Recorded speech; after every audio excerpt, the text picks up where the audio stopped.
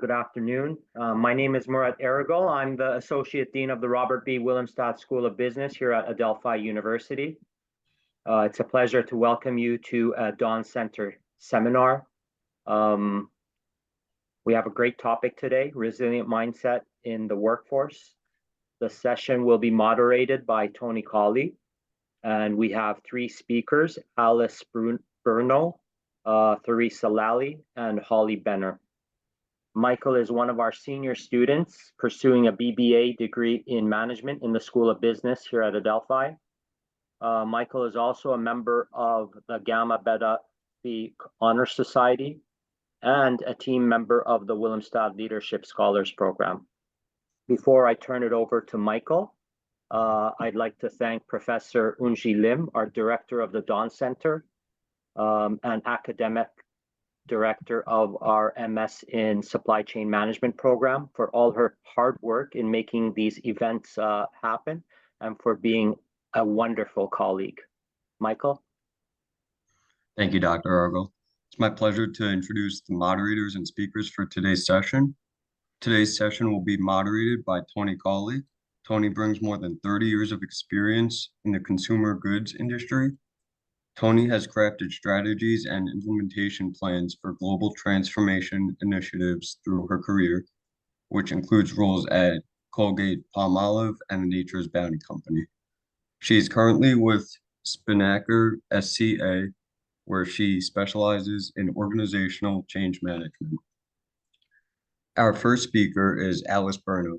Alice has over 13 years of experience at Citi, where she serves as the Global Head of Program Management, Governance, and Capabilities. In her role, Alice is responsible for the enterprise-wide project management policy, standards, and procedures.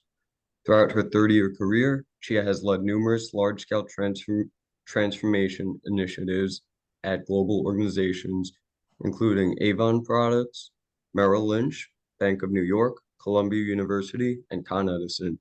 Alice holds a Bachelor of Science in Mathematics and Computer Science from Pace University, as well as a Master of Science in Computer Science from Columbia University. After her, we'll have Theresa Lally speak. Ms. Lally is the Executive Vice President at Amwins Brokerage in New York.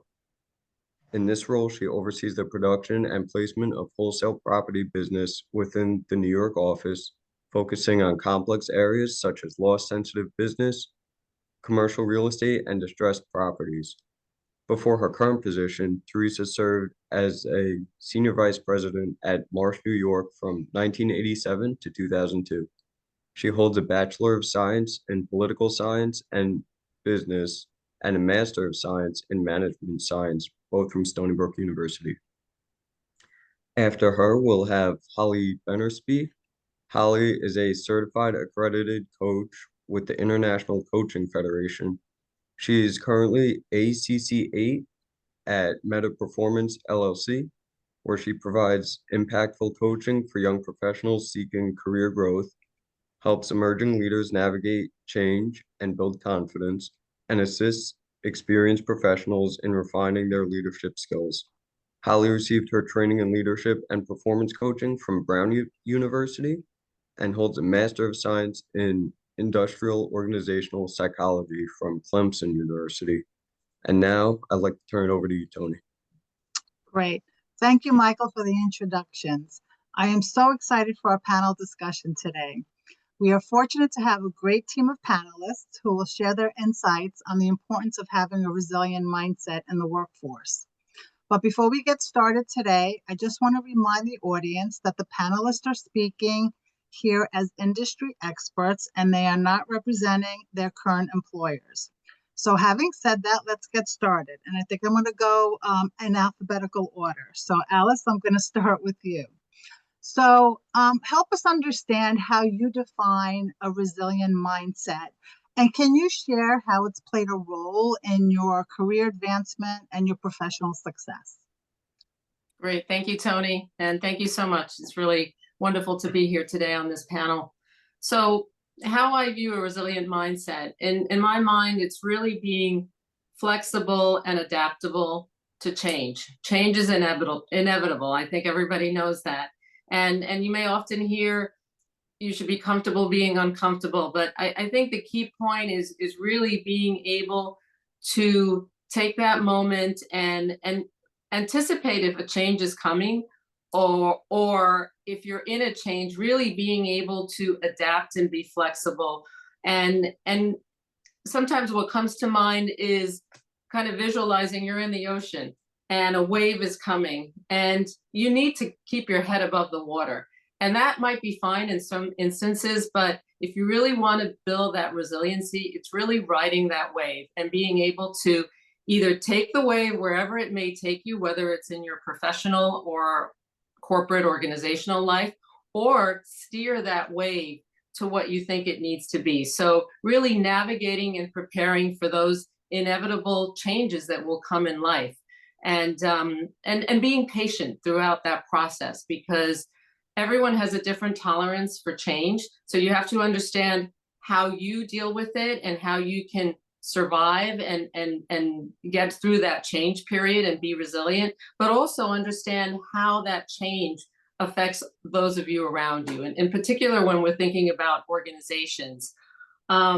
In terms of my career, I mean, from a professional standpoint, I've needed to be resilient at times. For example, if you have a corporate reduction in force, right? So there are major layoffs and suddenly another organization is taking your livelihood into their hands, and you have to suddenly figure out, how am I going to get through this? Where am I going to go? What job am I going to take? So certainly, you know, that's been one experience when I've had to be extra resilient.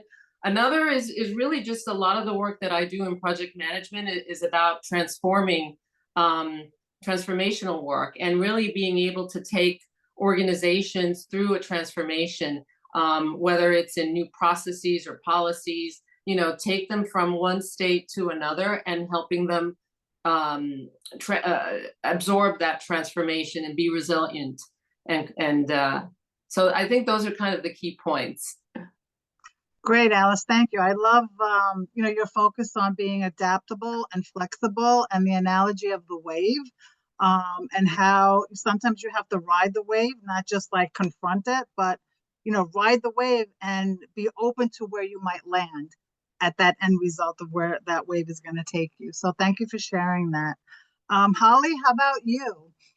Can you share how, what a resilient mindset is to you and how it's impacted you?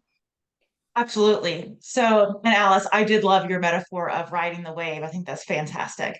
So when I think of a resilient mindset, I want to start with mindset and what mindset is. And to me, mindset is the story you tell yourself about yourself. And that's individual to every single one of us. We all have our own unique mindset, that story that we're telling ourselves all the time. So be mindful of the words that you are using when you're creating that narrative between your ears. So when I think about a resilient mindset, it's really about bouncing forward, not bouncing back, and recognizing that every setback is actually a setup for what's next. So when I think about resiliency, I think about the opportunity to learn. And make no mistake, life is hard, right? I'm sure you all have in your short lives right now, you've experienced setbacks, and those are opportunities to build resilience. And unfortunately, resilience is hard earned. It's earned through hardship. It's earned through heartache. It's earned through lessons learned, right? Maybe sometimes things that we wish didn't happen. So just know that you're building that muscle, you're building that mindset that can help set you up for what you encounter in the future. Great. Another great perspective. And I love your use of saying setbacks are really setups, and really thinking about like resilience between the ears. I like that. Kind of be inflective a little bit and look inside to be open to being resilient. And that kind of starts with yourself. Great. Teresa, how about you? Share with us your perspectives on resiliency. Right. I will echo both Alice and Holly's kind of portrayal of between the wave and just what's between your ears, of how you can transform yourself and pivot yourself from one, even different professions within your career. It's a very long journey, your career, and you have to look at all the opportunities that are in front of you. And in my career, I've always looked at, being a life learner, being somebody who is always pivoting to the next role, because maybe, for instance, if you were on a project-based journey and that project ends, then you have to find out what the next gig is.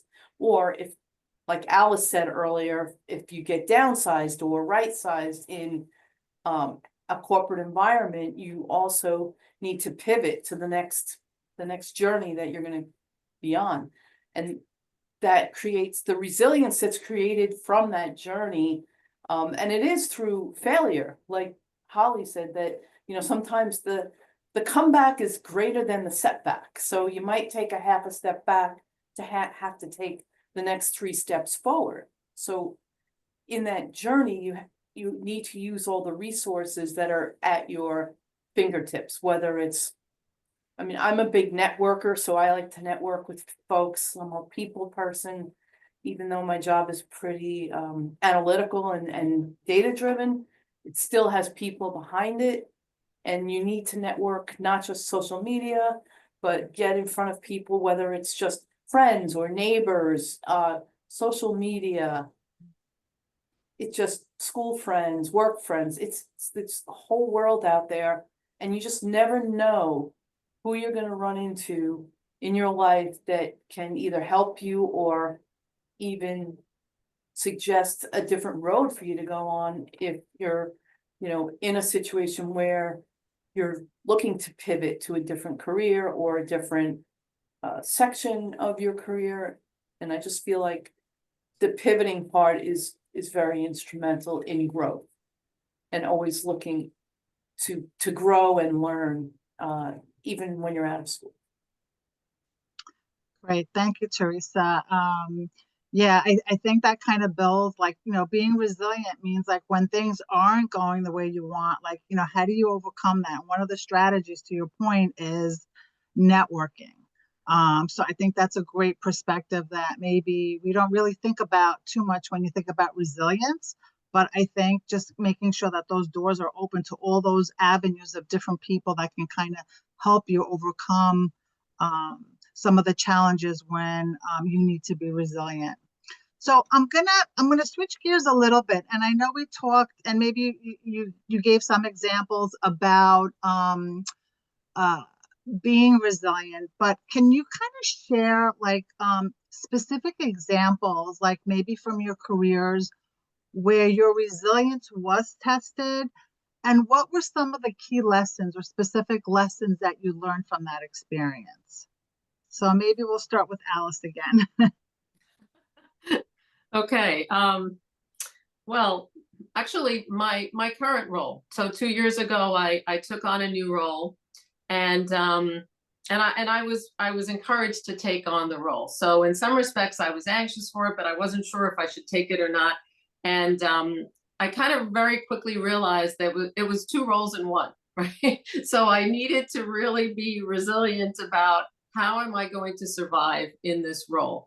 And weren't enough hours in the day to do everything I needed to do.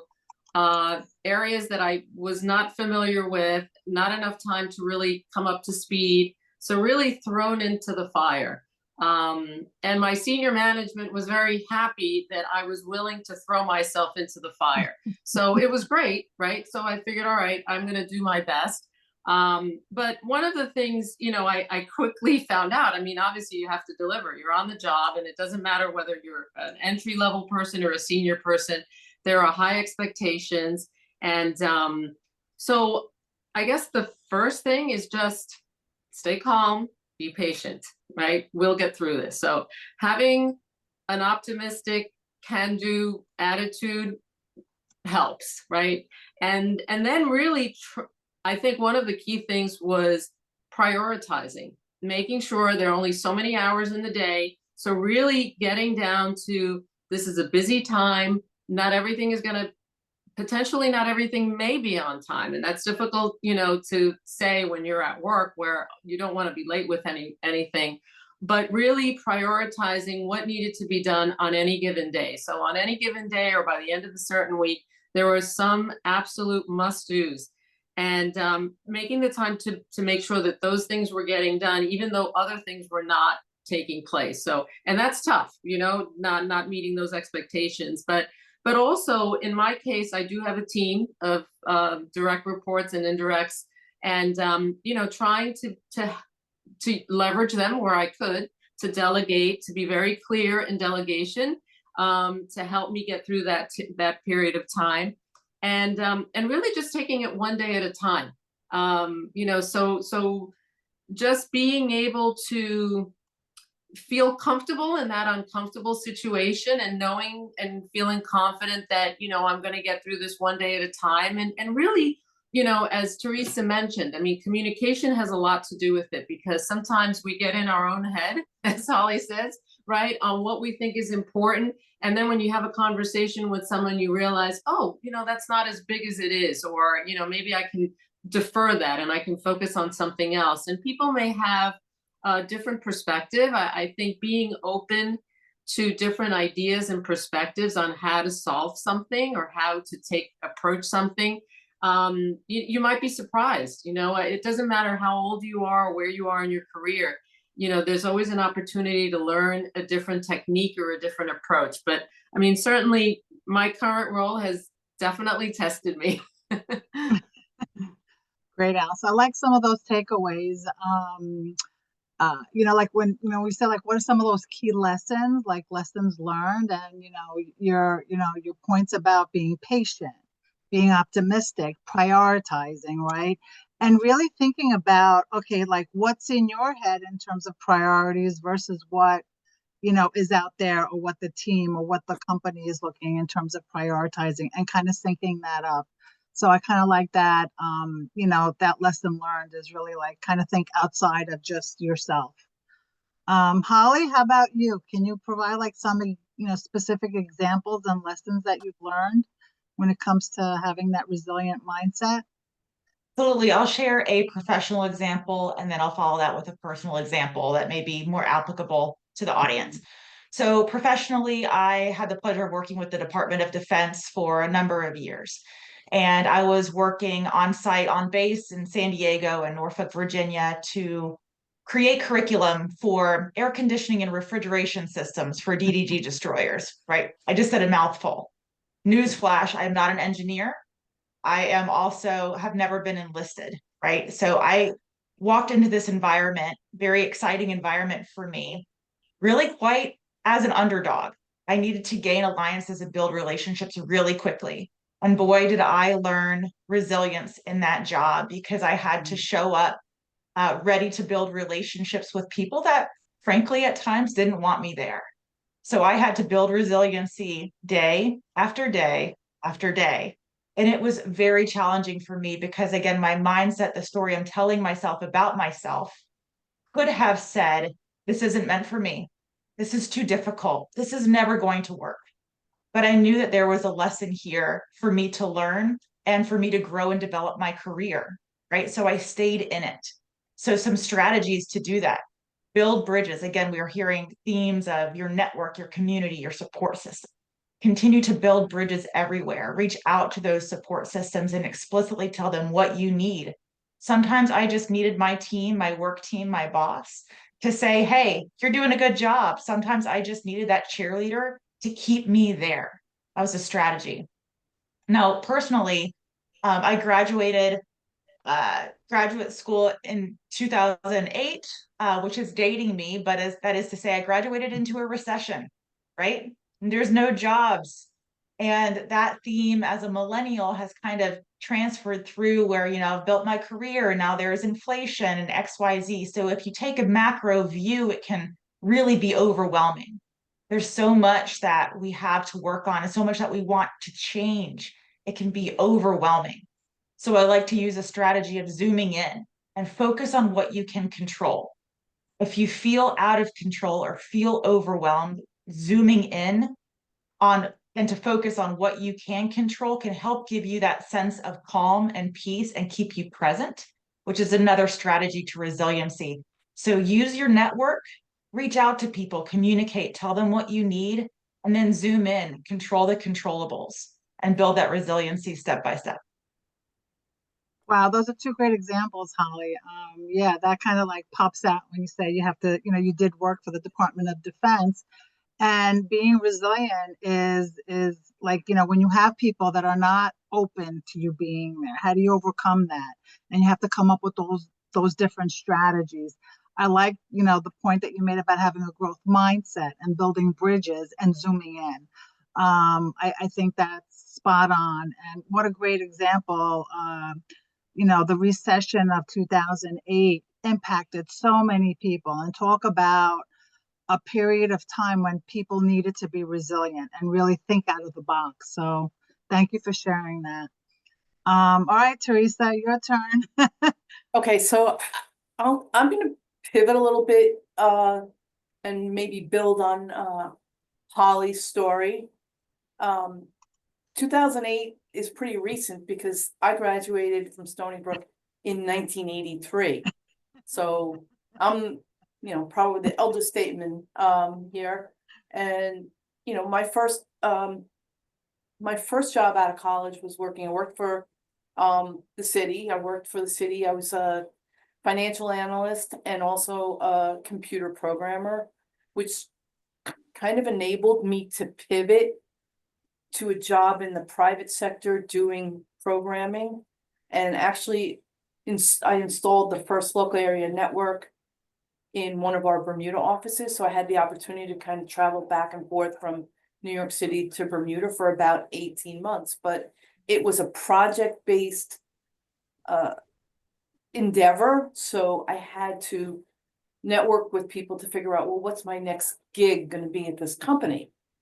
And I wound up doing a short term in the finance department, which I was qualified for. And I also continued to do some programming. And, somebody that I had met in Bermuda wanted me to explore the brokerage area. And I was like, well, I don't even know what a broker does. I don't know what I'm getting myself into. So it was kind of like pivot one was the computer programming, to pivot two was to finance, pivot three was going to brokerage, into really diving into the deep end, and I didn't know anything. And I was fortunate to be able to be put into the brokerage training program and get licensed and learn all about property and casualty insurance, which I knew nothing about, but it was interesting to be able to pivot and try something new. And kind of fell in love with the business at that time. And fast forward to today, I'm still doing basically a very similar role, but more specialized into, an arena where we're doing more of the difficult placements. And I wound up pivoting to a different company to enable some growth. And also, just I never was that much of a risk taker in my younger days, when I just decided at one point in time to take a little bit of risk and, change companies after being at the same company for 15 years. It can be done. You don't have to be a lifer. And I realize the younger generation moves around a little bit more than a lot of the folks in my day. But at the time, it felt like a really big risk. But now when I look back on it, it really wasn't as big a risk as I thought it was going to be. But again, it was like, I call it like the 5 pivots of my career, moving, really changing disciplines midstream, and just being able to network with people and speak to people about what the opportunity would be. And would I find it interesting? I was worried like, oh, this is going to be a really boring career path, right? But I wound up, falling in love with the analytics of the business and the people part of the business. And that whole pivot just really re-energized me every time. Every time I did a little bit of a pivot, it was like gaining more knowledge, gaining more strength and more confidence in the ability to move forward, even though most times I felt like I was being dropped into the deep end of the pool. Great. Thank you, Teresa. Yeah, the 5 pivots of your career. I like that. That could be the title of a book. The 5 pivots of my career, right? I like that. But again, that kind of just shows that being open-minded, going back to what Alice was saying, flexibility and being able to adapt, all feed into this resilient mindset. So thank you for that. Now I kind of want to switch gears a little bit and kind of like look at, I guess like in the last, whatever, 5 years, between using like data analytics and, big data and AI, and using, all those types of, data platforms to kind of make decisions. Kind of want to get your insights and thoughts on, how do you like, in terms of like being resilient, right? In terms of like using, data-driven insights, how like, and making decisions, how do you need to be resilient in that regard? Alice, thoughts on that? Well, I mean, there's certainly a lot of focus lately on artificial intelligence, right? And how to use that. And in my organization, we are starting to use that just to help with a lot of the manual things that we've done in the past. One of the things that my team has done a lot is trying to determine themes, right, in project and program management, and understanding where are project and program managers not adhering to our requirements. And a lot of that has been manual. And now we're starting to look at ways where we can use AI tools to interpret some of the data that we have in reports where people are failing in quality assurance tests, and we're using that information to drive new behaviors, right? To come up, oh, do we need to do more training with our program and project managers to help them understand requirements or to comply? Do we need to tighten up our requirements with technology, maybe the tools that we're using? So we're essentially using artificial intelligence to do some of that, those assessments that would take a little bit more time and are very subjective. So, certainly that helps. Other data analytic tools that in my particular arena, we're not using too many in terms of like forecasting or predicting. I don't really have too many other data analytic tools that we particularly leverage. All right, Teresa, how about you? Do you like, I guess, in your role and your industry? Can you Right. share? Yeah. Yeah, no, I can chat a little bit as much as I don't consider myself the data analytics guru, but our company has explored and is researching on using certain data analytical tools that are off the shelf out there, and also looking at developing our own. But in the interim, they have gone through a data collection process. When we actually bill the clients, they pick up data points from all of the properties that we write, and what they've been doing is inputting this into a system and collecting it, like I would say over like the last 4 or 5 years.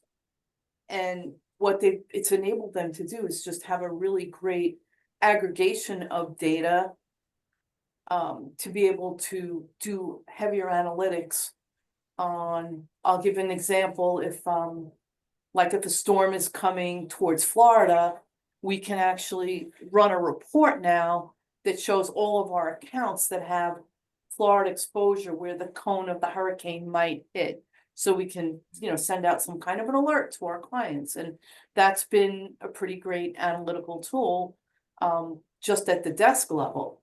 But there's also other analytics that are out there that I wouldn't say they're going to replace the day-to-day of what we do, but the tools will, enable some of the mundane daily tasks that are repetitive to be done, online or through technology, so that the same person isn't requesting the same information over and over again from the same source, and it just becomes an automatic you just hit one key on the keyboard and you can get, for instance, loss run data or other analytical data that's out there for our industry, that right now we have a person that has to call another person and they have to pull it and then they have to send it. So there's like a 4 or 5 step process that has been automated into a process that we don't even see it anymore. It comes in a folder on our desktop, whereas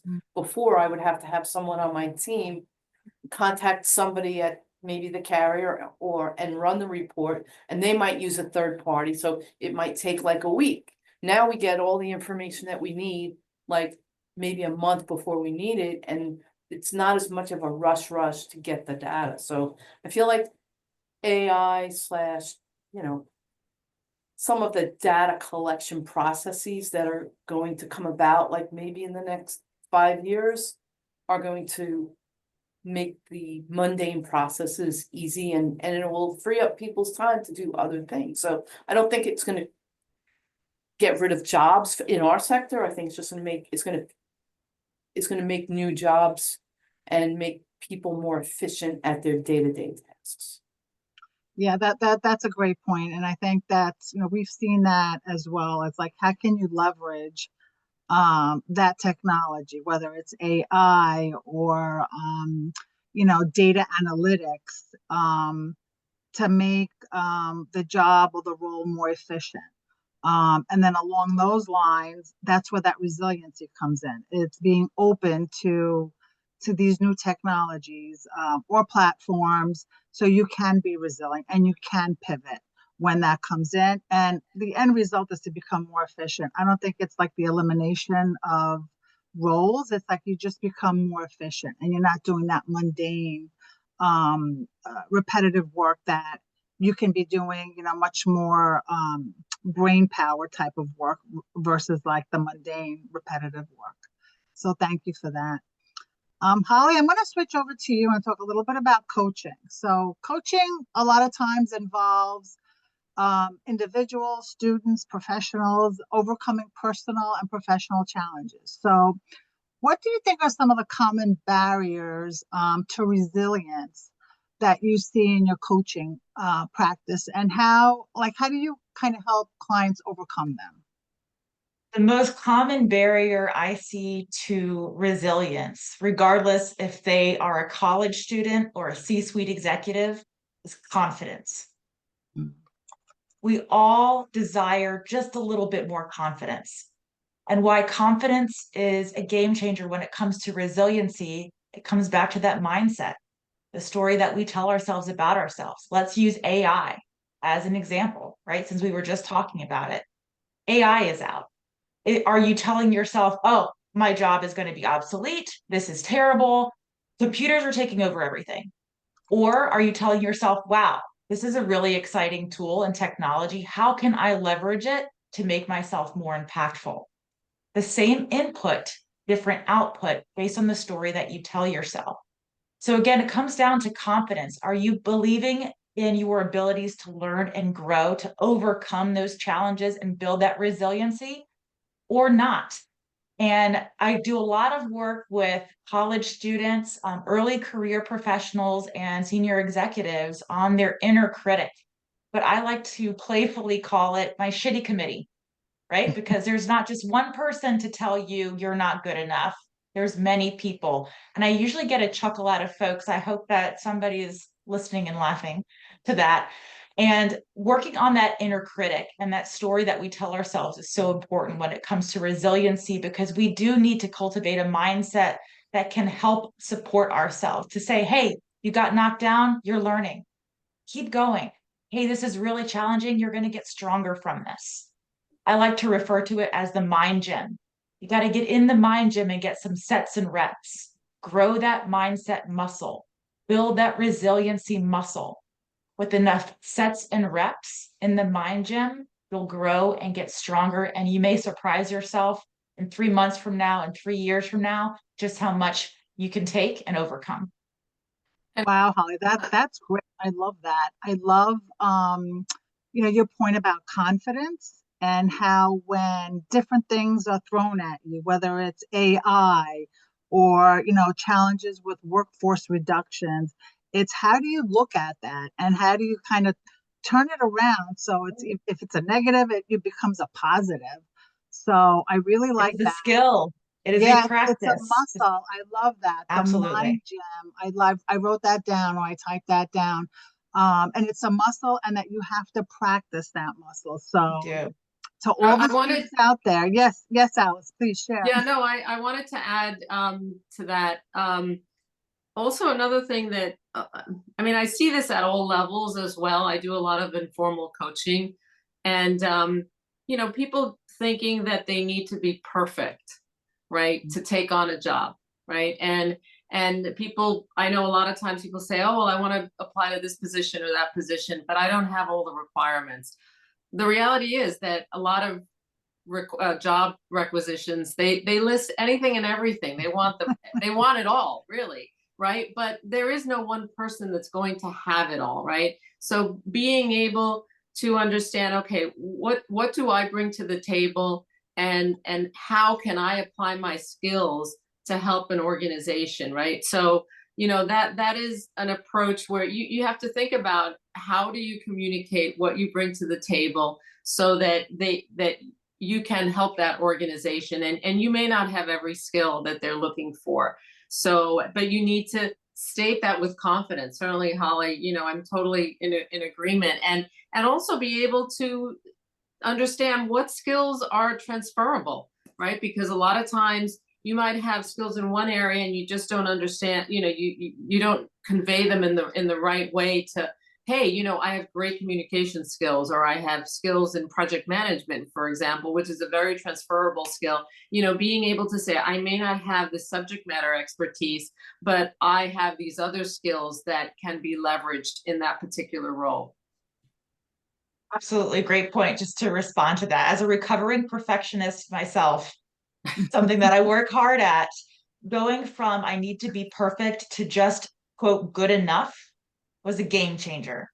It opened up more doors. It let me move faster and be more nimble and flexible when I kept the pressure of the expectation of being perfect and I just aimed for good enough.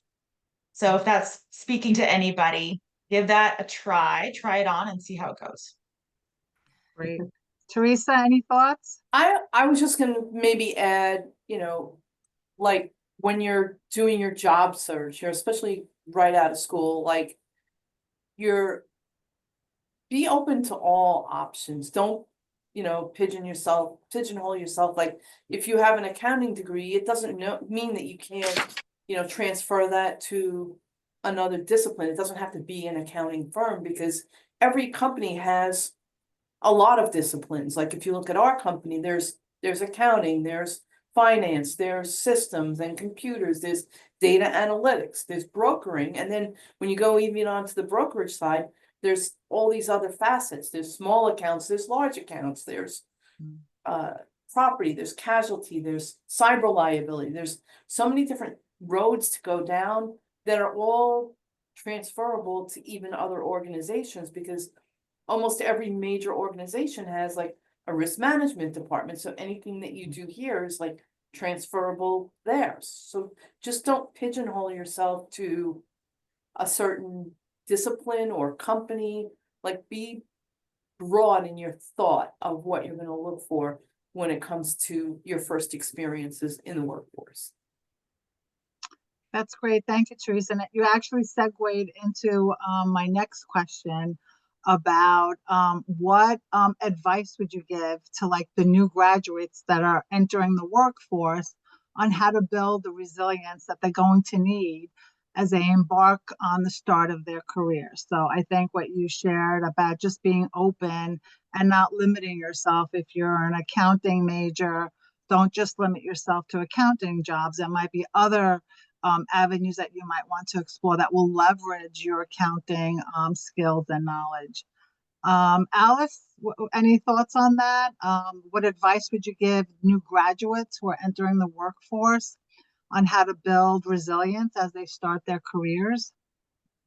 Yeah, I mean, I think we've touched upon a lot of those points, but certainly being patient. And we mentioned that earlier, because it seems like an eternity when you're looking for a job. Oh, who knows when I'm going to get it. And then suddenly you get it and it's like, it's all over, right? But while you're in it and you still don't have that job, it seems like it's never going to happen. But keeping those lines of communication, networking, understanding what you bring to the table, and also how your skills, when you present yourself, how those skills will help a team or organization, being able to convey that, being confident, and just continuing to keep the network strong, right? Reaching out to everyone that you may know, in terms of what you're looking for, and what you're open to, what flexibilities, what areas you might contemplate. I think those are all key things to to keep in mind as you're doing a search. It's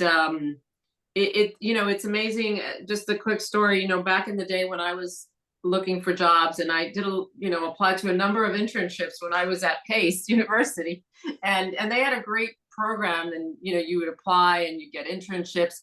But I used to get so many rejections that, maybe 30 years later, 20 years later, now I'm dating myself, I found all these letters that I had from all these companies, and I thought they were really cool letters with, back now you don't get a letter, you get an email perhaps, but I saved them all. And I remember reading one, it was from Merrill Lynch. And they said, and I remember the interview, they actually said, oh, we don't think that you're coming from a different kind of corporate environment. We don't think you'll survive at a place like Merrill Lynch. And 3 years later, I ended up working at Merrill Lynch. And when I joined them, people didn't even know that I was new on the job. They thought I had been there for like 10 years. And I said, no, I just joined. Oh, well, you're just, you fit in so well. So, don't let like rejection completely turn you off, because, you'll find over the course of your career that, people will say you're not qualified. And then 2 weeks later, somebody else will assess you differently. So, it really can vary. But just put yourself out there and don't stop, right? And eventually, you'll get something. And if it's not the right place for you, then you can always keep moving. But you just have to be patient and flexible. Again, resilient. Holly, thoughts? Yeah, when I think about maintaining patience in order when you're starting your career and there's so many choices and options ahead of you, one thing that's coming to mind is how do you stay resilient, right? So I always like to talk about the importance of rest and the stress versus rest balance. So be very mindful of how often you're pushing yourself. We are not endless batteries that can just go, go, go, go, go. You may think so, but we're not. We don't want to sacrifice ourselves like that and burn out, because then you're not serving yourself or anybody else around you in the best way possible. So know that it's okay to rest. Rest and take meaningful, intentional rests to keep your batteries charged and to be able to stay resilient in the face of challenge. You can rest, you can stop. As long as you don't quit, quitting is completely different. Knowing that taking a meaningful pause, taking meaningful rest, and even choosing to stop is completely different than quitting. So be kind to yourself and make sure that you're charging your own batteries. Putting the oxygen mask on yourself first is the phrase, so that you can keep going and overcoming and staying resilient at life, at work, in all the areas. I like that. How do you stay resilient? Because I'm sure the students know, like when you're job searching, and I guess it's throughout like whatever level you are in your career, it's a very long process, or it can be a very long process. And there's a lot of rejections that come along the way. One statistic I recently read on LinkedIn is, I think out of 400 applications that were sent out by an applicant, they heard back from like maybe 2 or 3. So you have to have that resilient mindset. Be open, right? And be patient. What Alice was saying about patient. You have to be flexible. But I like, Holly, what you said too, is like, take a step back and recharge. Um, have that, you need to rest, and we're not endless batteries. And we sometimes might need to just take a step back. You're not quitting, but just to recharge your batteries. So I really, really like that. And I think that that's true even when we're not looking for a job, but in our current world, I mean, there are a lot of demands on everyone. Sometimes you really do need to step away and take a mental break. You come back refreshed and do the things that rejuvenate and regenerate you. And that could be time with your friends, family, exercising, reading a book, watching a movie. And then you can come back because, at the end of the day, as Holly said, we are not machines. And there's a lot more information on that nowadays. A lot more companies are focusing on mindfulness and health. And so there are lots of tools out there, lots of applications like Calm and Headspace that help you just, refocus on yourself, calm down, meditate, whatever it is that works for you. Those are all great things to get you through these periods where there's a lot of uncertainty, right? And you need that resilience, but how do you get through it? You've got the anxiety, you're not sure, you're under a lot of pressure, you don't have a job, or you're working 70 hours a week. So, you really need to balance it out. And that enables you to get through those periods. Yeah, great point, Alice. Yeah, it applies to people at every stage of their career journey and life journey. Teresa, any thoughts? I see you shaking your Yeah, head. I would say that, along the same theme, that it's okay to say no. The power of no is very strong. And it took me a long time to learn that, because I was always a yes person. Yes to everybody at work, yes to everybody at home. It's okay to say no, to prioritize what's important to you, and to get the rest you need. Because yeah, we do get burnt out if we don't learn how to say no to the things that we really don't have to do. Great, thank you. Yep, I like that. And I've heard that a lot more than, I guess, to your point from before, right? Maybe it's a generational thing where certainly early in our careers, if I can recall myself, you always wanted to show that you were open and yes, I'll do it and I'll take it on and I'll take it on. And I think over time we've learned that sometimes we just need to say no. And no is a sentence. I've heard that before. So, it's a great perspective. The other thing I wanted to ask, I'm just doing a time check here. One more question, maybe.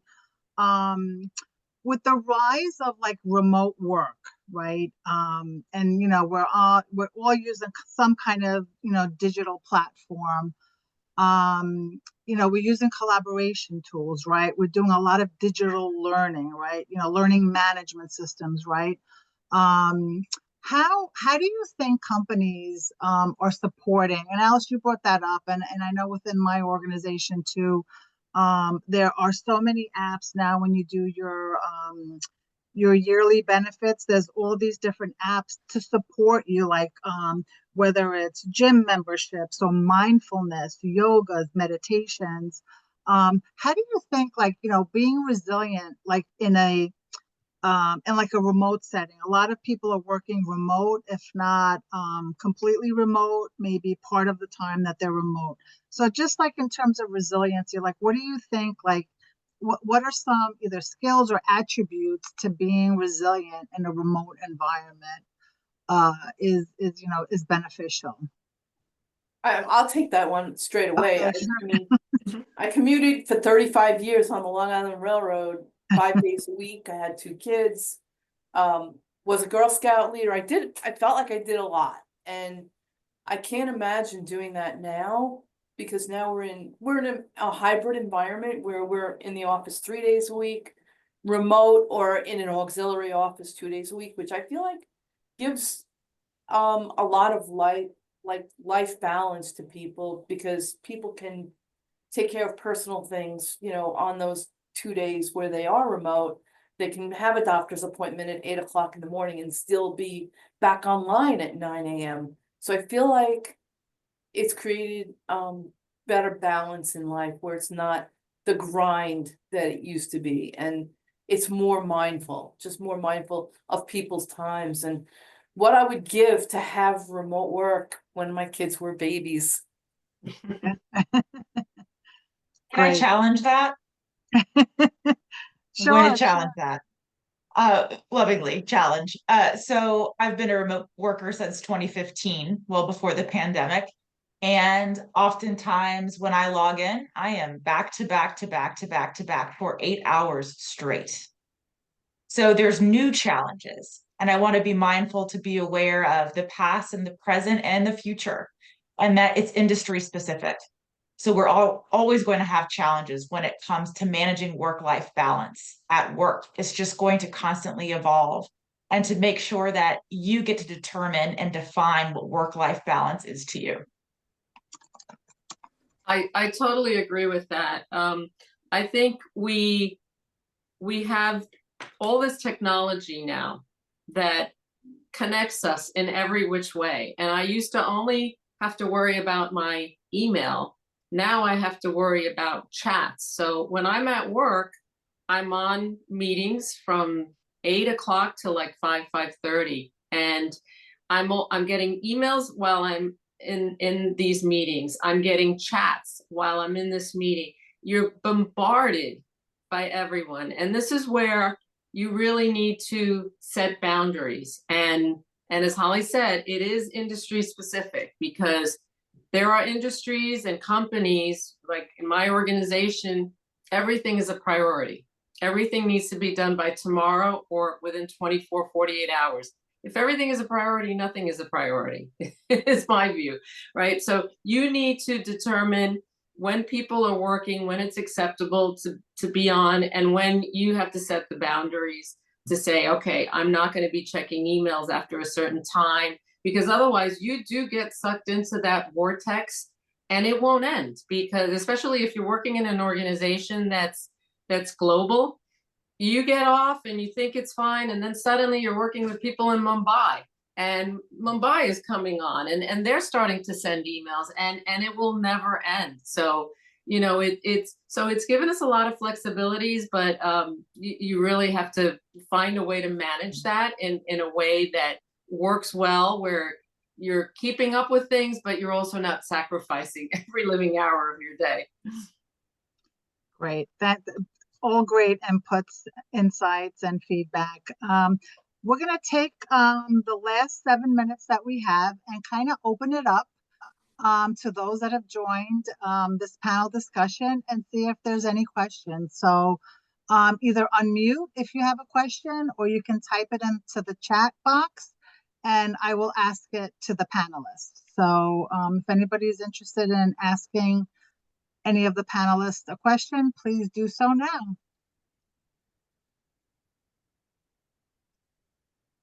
Hi there, my name is Kamal. Hello. Hello, so I have a question for Teresa. Okay, Hi there, Teresa, how you doing? I'm good. How are you? Not too bad. So, I'm currently studying business analytics as a master's student at Adelphi. Um, so this is pretty much new to me, considering I haven't done a lot of SQL and data processing and everything like that.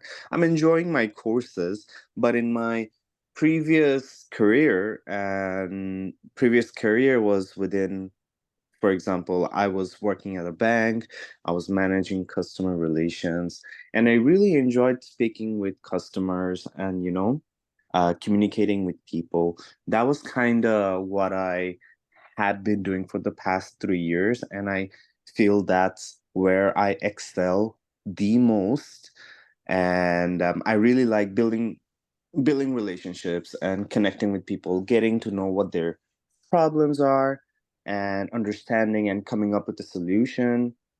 So I worked at I was in Canada, so I was working at Scotiabank over there as an advisor.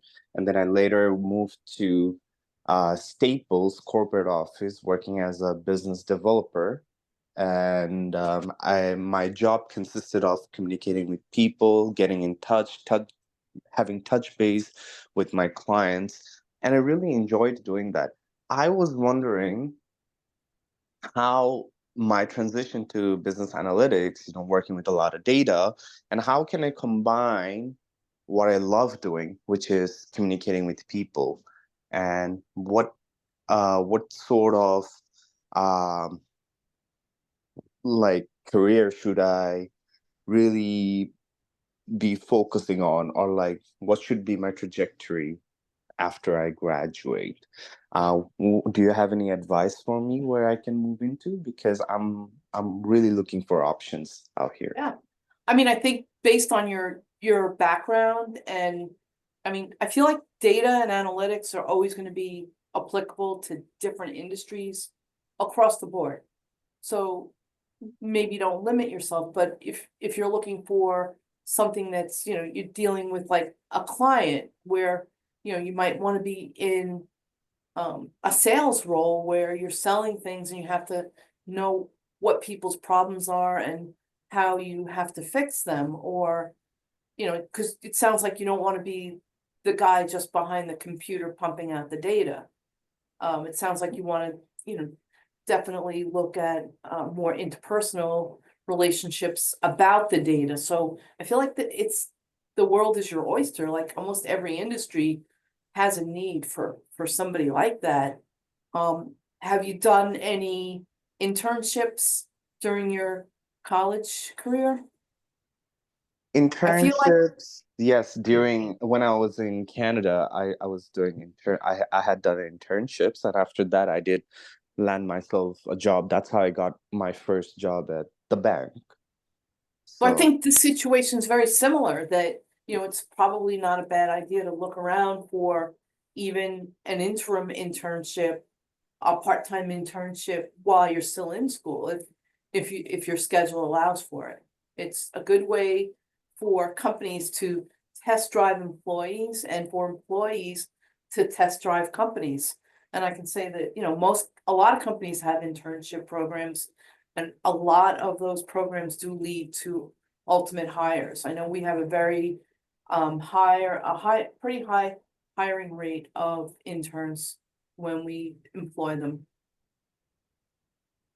yes, thank you so much. I wanted to specifically ask you this question because you mentioned that, you like talking with people, you like connecting, networking with people, even though you're in the field of analytics and everything. So I kind of thought, yeah, I find myself in that similar situation too. But thank you so much for your insight. I You're might welcome. just add to that, and I mean, certainly this is not my area of specialty, but when I think of interacting and communicating with customers, I think of sales, right? And often when you're selling and promoting products and you want to get more sales and more clients and more customers, you rely on a lot of data, right? So you're relying on insights. So, if you happen to have any contacts, people that may work in those kinds of fields, understand that, see if they're aware of teams that leverage research and data analytics, and maybe you can combine the two. I mean, maybe a small company is not going to have that degree of robust and evolved data analytics, but a large organization might have a team that's embedded within their sales team that's feeding that information, especially now that information is so accessible. Those insights, are being used by salespeople,